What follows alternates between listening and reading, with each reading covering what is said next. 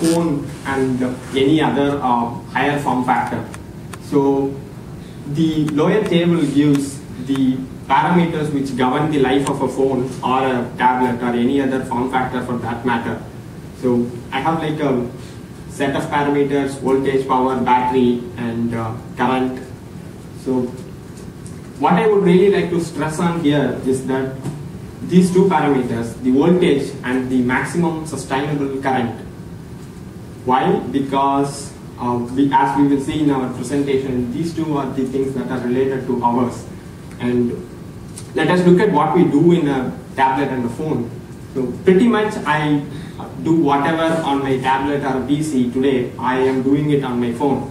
But look at the battery specifications of a phone, which are almost only half of what a tablet or a PC can do. So for example, on an average, the voltage a battery can supply is only 3.7 volts, whereas for a tablet it's 5.6 volts. Similarly, the maximum amount of current that a phone's battery can sustain at any point of time is 3.8 amperes. And the fact to remember here is it can sustain this 3.8 amps when its battery is at full capacity. When the battery is at 100%, we can sustain 3.8 amps. On the other hand, for a tablet, it can sustain 6 amps. So these two are the important parameters that today govern the life of any smartphone. So what we end up doing is, with this much a smaller battery capacity and this very tight constraints, we are doing much more on the smaller battery. So we have seen these two parameters, but let us go a bit deeper and look at what these parameters actually mean to a device. So see a graph here, one on the left, it has a voltage against the components. So the first one is the eMMC and SIM card and things like that. It says 3.25 volt. What that means, the eMMC needs 3.25 volts to operate in a safer condition. At any point of time, if the voltage drops below 3.25, it cannot operate. So similarly for other components. And what is that line on top of it? It's a level which marks the platform's minimum voltage. What it tells us is we have a set of components and each of them have a minimum required operating voltage. So when the platform's voltage drops below any of the highest voltage, that one or more of these components could potentially crash. That's what this tells us. And the graph over this side, it plots a current against a set of use cases that we do. For example, video playback and we are capturing an image, or audio playback and we are trying to do some flash. So what happens in all these scenarios? We have a set of components that are involved here and that consume some amount of current when we do these use cases. For example, if we take video playback, it takes around 1.8 amps. So, and there are two lines I'm given, and let us look at what does this top line mean, the red one. It's about 4.8 amps here. What this actually means is the phone's battery has a internal hardware protection circuitry that will cut the power whenever the platform hits that 4.8 amps. So at any point of time when we run our phone, we cannot hit 4.8 amps. The moment we hit, we see a blank screen, everything goes down. It's not a regular guaranteed shutdown path. It's a very not graceful shutdown. It's just a cold off. The one line below that, this black line, it is at 3.8 amps. What we said in the previous slide is this 3.8, the max sustainable current. That is this black line. What this tells us is, as long as the battery is at 100%, it can sustain 3.8 amps. Now, fine, we have a voltage, we have a current, we have two parameters now. Let us see how these two relate. And before that, even we should notice that on a very normal use cases, the video playback or image capture, these are not something very rarely that we do in our phone, nothing like that. These are very casual things that we do on a day-to-day basis. And what happens with this is, with this itself, we are touching pretty much the boundary level. We are at 3.5, 2.5, things like that. So I am doing these things and somebody is calling me.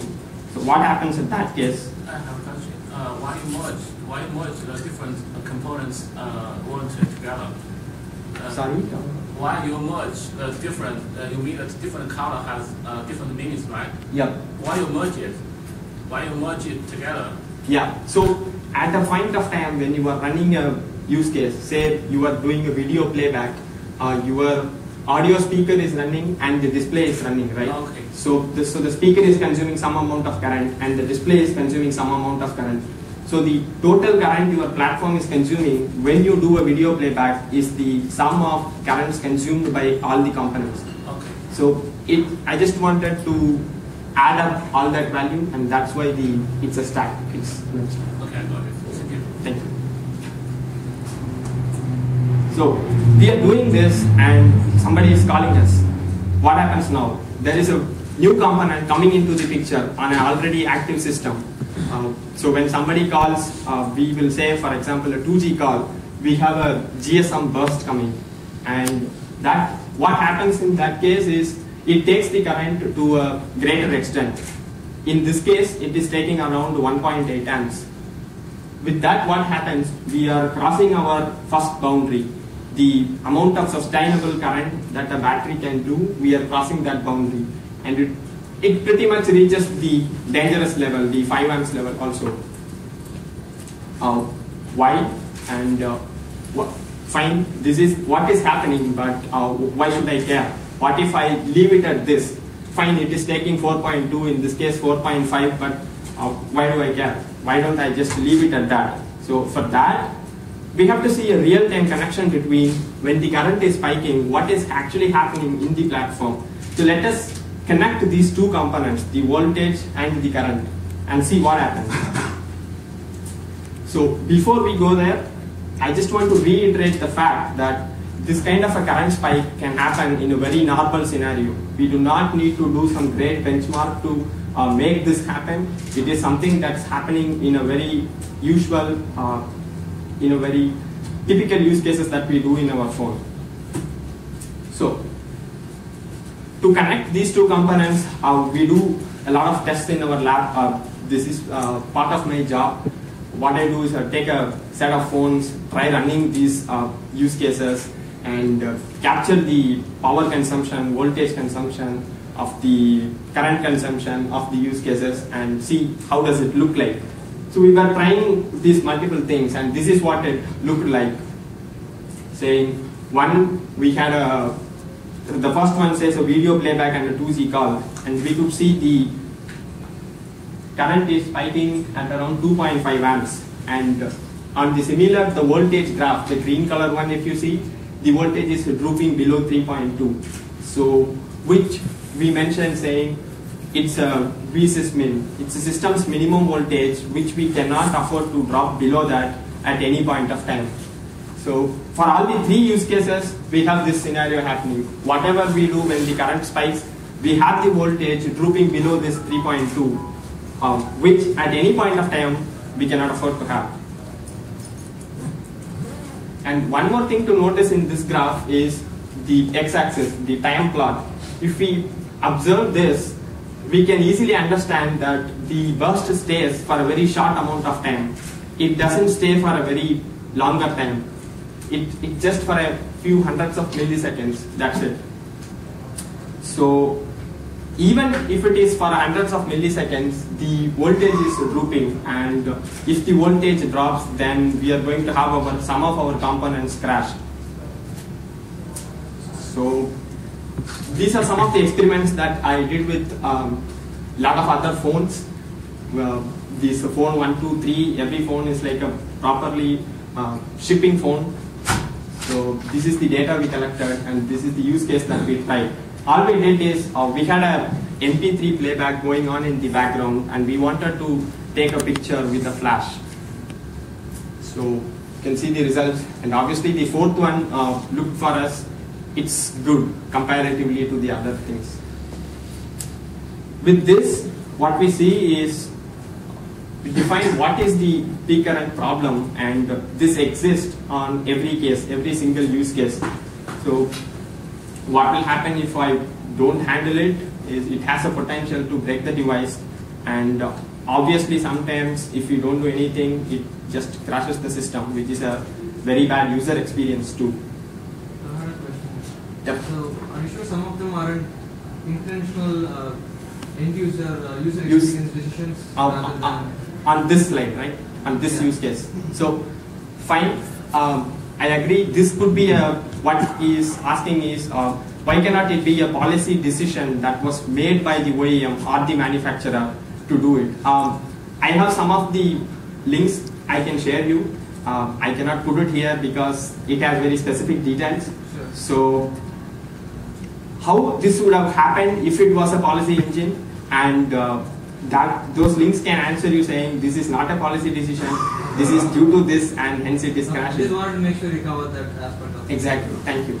So as in you can look at this, this second case cannot be a policy decision, right? The phone 2. You would want to resume it. At least I don't see any reason why you wouldn't want to resume it after I finish my flash. So, but I agree with you, some of them might be.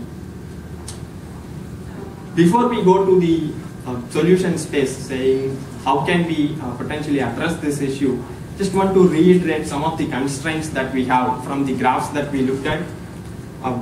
The previous graph, we saw that the burst occurs for a very short period of time. That means you are going to handle it in a reactive way.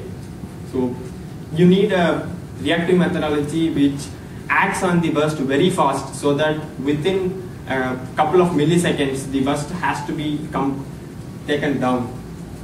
And one more thing is it's obviously unpredictable because it comes whenever the GSM burst or things like that happen. Now, how do you predict when a GSM burst happens? And it happens whenever you get a call. So I don't know how to predict when somebody will call me. So it's kind of unpredictable. So where this leads us in our solution is we also need to have a sort of proactive thinking in our platform, saying if I have my sustainable current as this much, and if there is a potential that somebody can call me at this time, how much current buffer that I have, so that I can actually sustain my platform running without crashing it.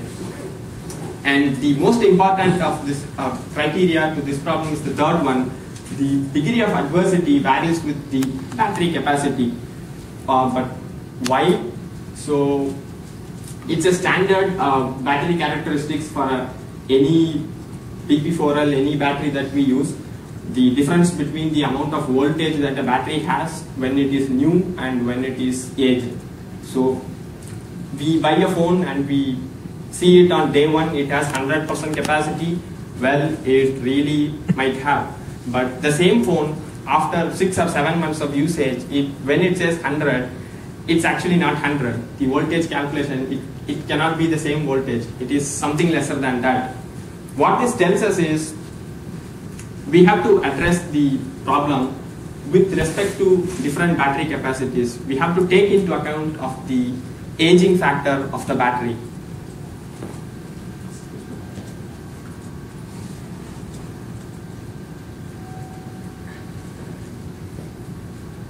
So with these constraints in mind, let us go to how can we address this problem.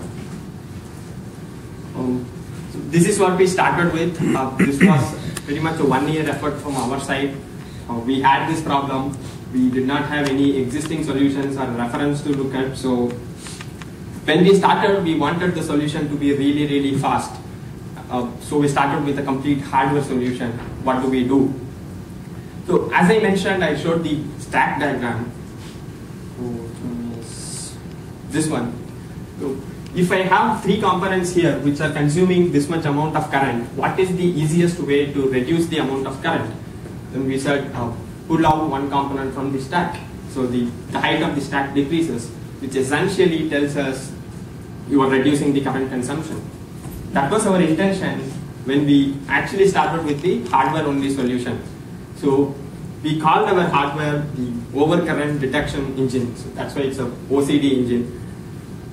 what it does is something like this. It has a input from the battery and the modem. Why battery? Because it has to take care of the battery voltage and other parameters, and modem, one of the for the GSM bus stuff. So it takes these inputs and sends out signals or interrupts or something like that to some of the subsystems which are identified as the potential current consumers in our platform. So for example, we did an audio, camera and SOC. There are other things also, like Vibra, sometimes a specific camera motor and things like that. So, and this engine also has a set of programmable registers where we can program the current limits with which we want the system to limit to. We can program those limits. So let us take our example of playing audio. Yeah. I understand this is green and this is different color. Do you have special meanings for different colors? For the right and left side, yeah. I meant it to be an input and output. That's it. Input, output. Yeah. Modem is also a cost, battery cost. Yes. Consumer, right? Yeah. Battery is the source of the. Well, the actual reason behind that is the input for a burst. If you want to predict the burst, saying when will it happen, then the modem has some special signals. That's the GSM signal that you get. Okay. So with that, you can actually predict before it actually happens. There is a few microseconds of delay there. The moment you get the GSM pulse plus some X microseconds, you will actually have the power spiking up, current spiking up. So for a kind of a proactive handling, this is why we needed. This is why we put the modem to an input side also. So which is. Does that answer your question? Yeah. Okay. So let us look at our example. What we tried, the audio playback in the background with a camera taking flash. So if we go by this approach, what we did is we have the components audio, camera flash, and these two components. So if we want to take one out of them, then actually the amount of current consumed by the platform will be reduced. But what will happen is the user experience will be affected. So how do you decide you want to throttle the audio speaker or the camera flash? So, but when we initially started with, we said we wanted the flash. So we actually throttled the audio volume, exact number, something to some extent that the user cannot actually notice the reduction in volume, but the volume is actually reduced so that the current consumption is also reduced. That was our solution.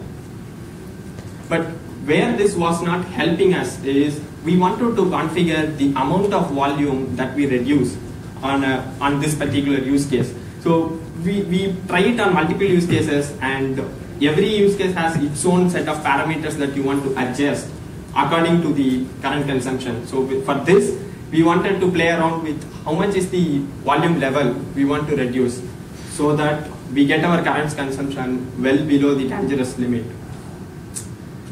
With this, it was a static solution. It was a direct signal sending to the audio subsystem, reduces the volume, and when the spike goes away, the system restores packet. So was this enough? Obviously it was not, because the volume level was not configurable, and we will see more reasons later. So what we had for this is a simple OCD driver. What it does is it gives us a mechanism to read-write the registers present in the OCD engine. And what are the registers that it has? It has a set of registers that store some current values, saying when do you want to interrupt the system, saying you are bursting, your current is spiking. You can program saying 1.8 amps, 2.8 amps, or things like that. So we wanted to enhance this solution with respect to the battery capacity. We said the third constraint that we had is the degree of this adversity varies very much with the battery capacity. What that in turn this case indicates for our example is if we have our battery at 100%, then say for example we reduce the volume by 3 dB, it's decibel amount.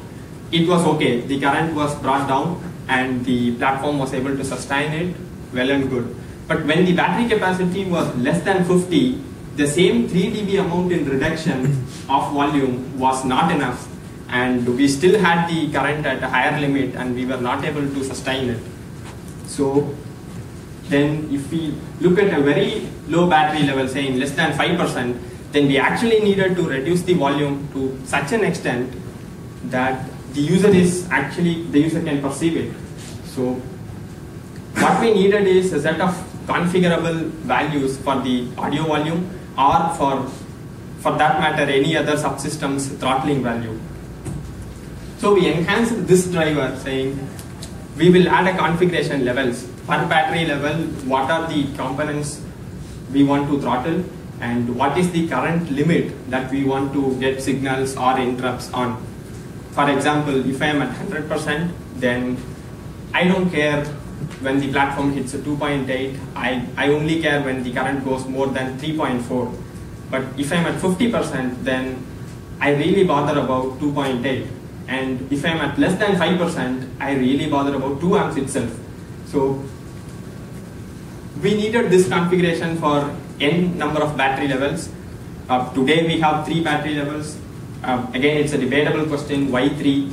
We did some analysis and got some data, and looks like this set of 3 battery levels is working good for us today.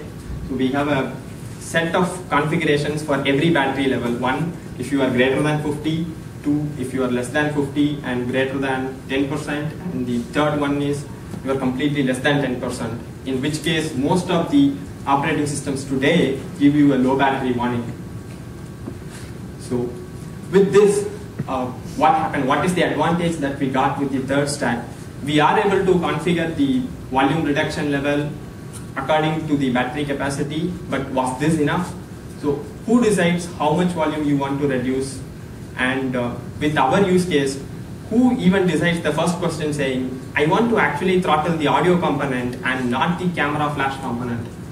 That was a debatable question for us, because 1, the OEM can do, but not in all the cases the OEM can do, because since it's a phone environment, we also want the user to have a control on what goes into his device. Say I'm taking a picture in the night, then I really want to have my flash up and I don't care about the other component, anything it is running.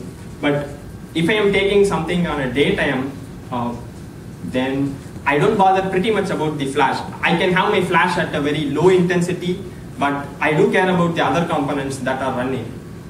Some of constraints like this made us to think beyond this solution, saying we cannot constrain everything inside the driver. You cannot put a static configuration inside the driver which will make everything work. It sometimes leads us to a bad user experience, which led us to the 4th level of solution, saying we needed a policy configuration in the user space, which either the user can configure or the OEM can write a static configuration, put it into the device and ship. It's up to them, but we needed to give them.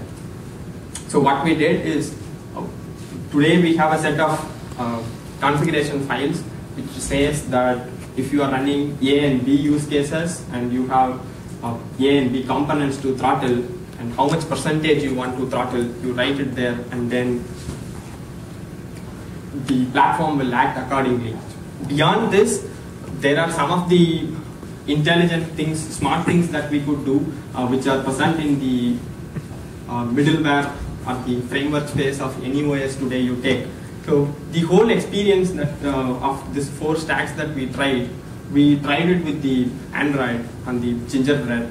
So actually the user space policy management today is implemented as an Android service. It's like any other service inside the Android framework, like a battery service or a power management service or something like that. What it does is when it boots, it reads the set of policies from the configuration file. It configures the kernel driver according to it, which in turn configures the hardware according to the policies given. So when something like a burst happens, it's already known to the user, saying if I am doing A and B and this is the option that I have selected. When a burst happens, he knows that this is what will happen. This is the component that's going to be throttled, and he has to make the option of compromising one over the other. Okay. So this is how we addressed the issue on the existing phones, and I would like to give you an overview on what is this driver doing today, the OCD driver.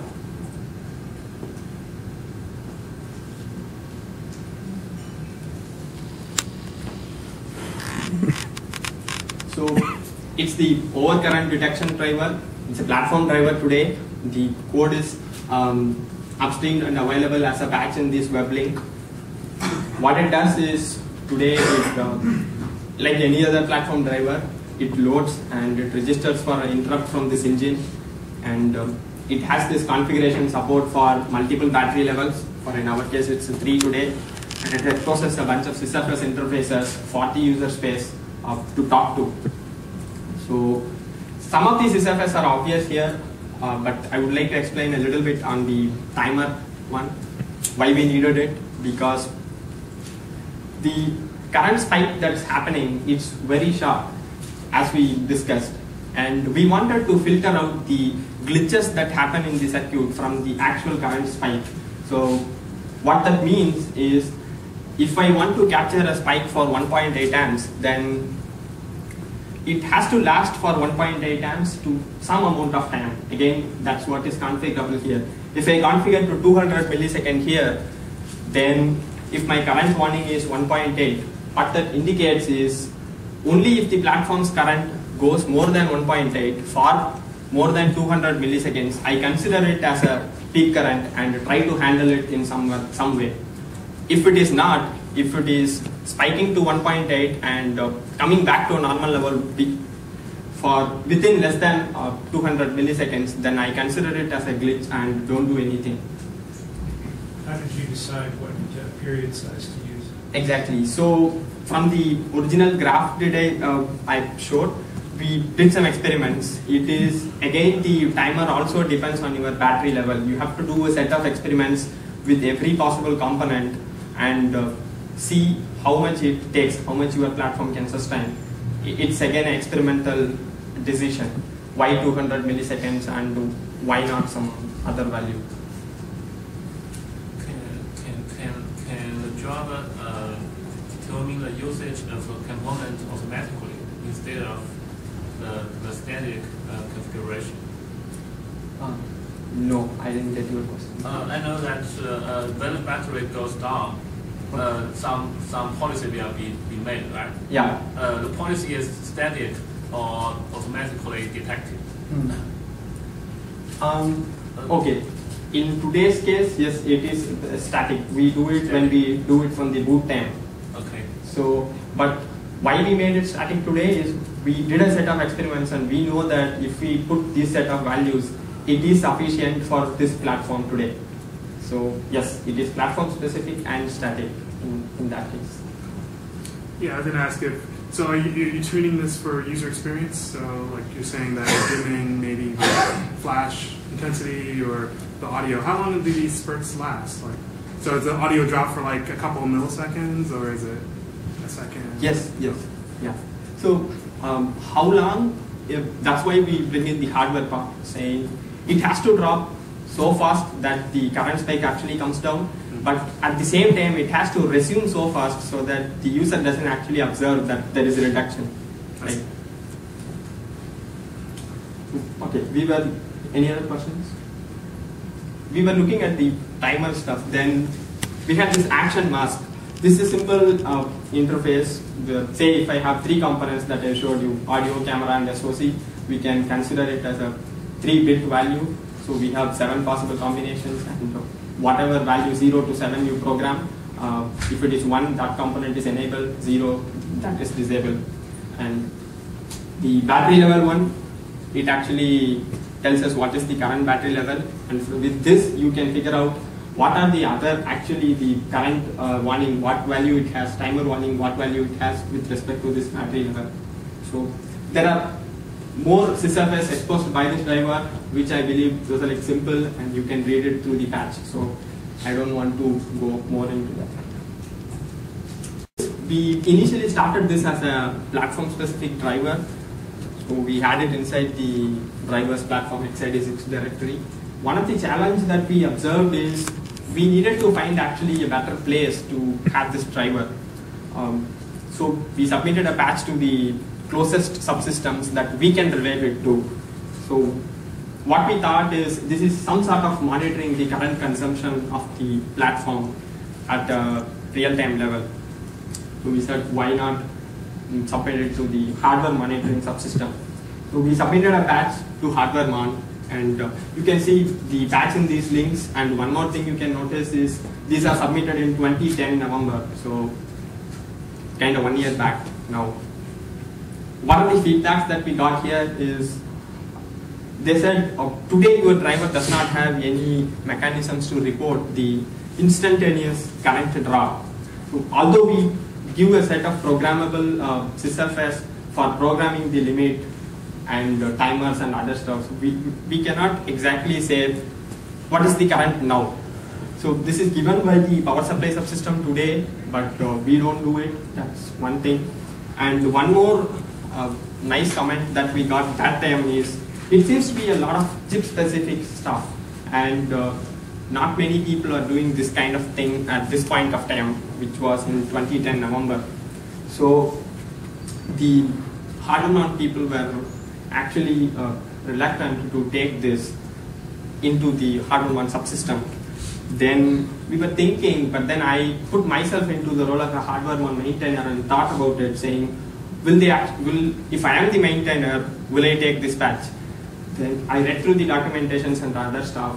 For me, honestly, looked like fine. 50% it belongs, but not 100%. It's not 100% hardware compatible thing. So there are much more APIs and other things to be changed into hardware one to make this happen there. And one more thing is it's not actually intended to be there. It does things which are different from what any other hardware one driver does. So what do we do then? We evaluated the next best option that we could get. For me, it was the regulator framework that we tried with, saying you were kind of limiting the current, so why not try putting it in a regulator framework. Then there are some useful feedbacks that we obtained from there also. One of them is it's battery and not a regulated supply. And in the existing APIs of the regulator framework, they just have only one current limiting value, and they say that it has a single trip point. You can program only one. If you program 2 amps, then 2 amps, that's it. When it hits it, the platform will shut down. But what we needed a set of current ranges where we can throttle our platform without compromising the user experience, and at the same time make sure that we don't hit the dangerous extent and make the platform crash. So that is one important change that we needed. And one more thing is we needed some sort of notification from the power supply subsystem to figure out what is the current battery capacity, because our complete problem depends on the existing battery capacity. That is one. So the mechanism to talk to the power supply subsystem, although theoretically it could be added to the regulator framework, today it's just not there. We had to add it. But more than all these things, what we think today is it is doing some amount of current limiting, but it's not actually intended to be there in a regulator, but because current limiting is not voltage regulation. So then where do we go from here? That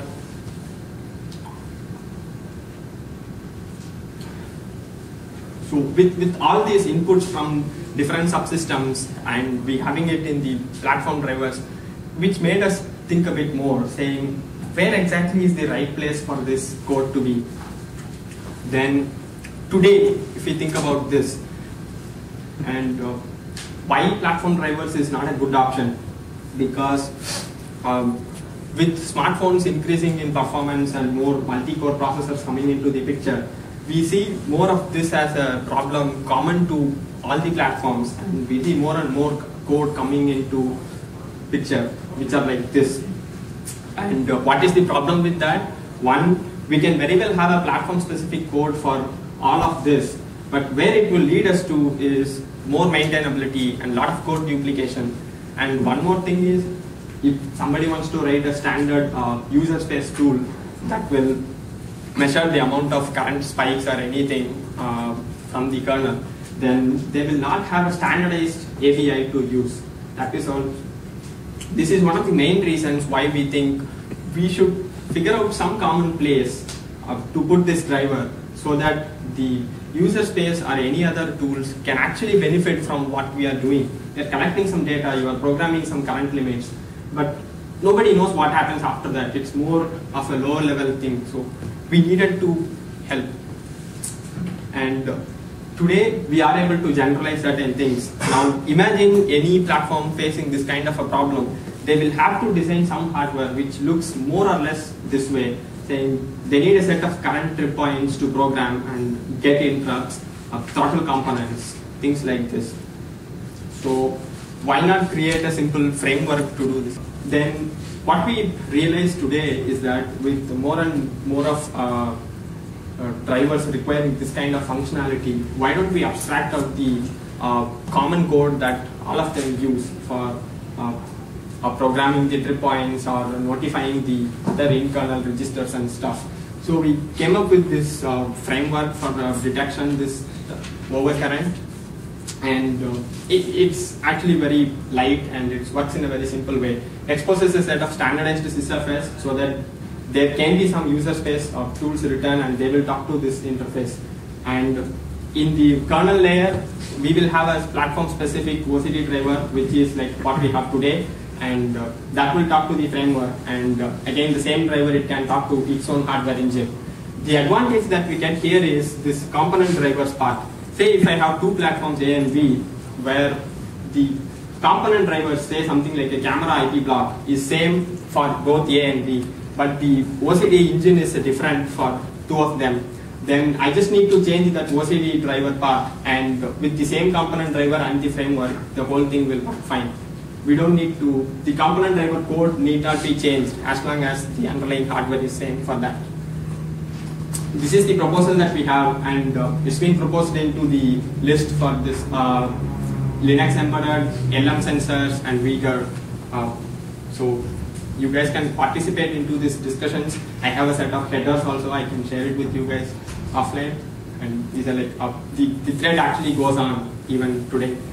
This is where it started, the 3, 6, 6, 7 thread. So participate there, give us your feedback, inputs, and anything. So to conclude, what we today saw is what is this PeakCurrent issue on phones, and what happens if we don't handle it, and hence why cannot we ignore it, and how we are addressing it today in our platforms, and where do we want to take it to the future. So any questions? I think there were thoughts.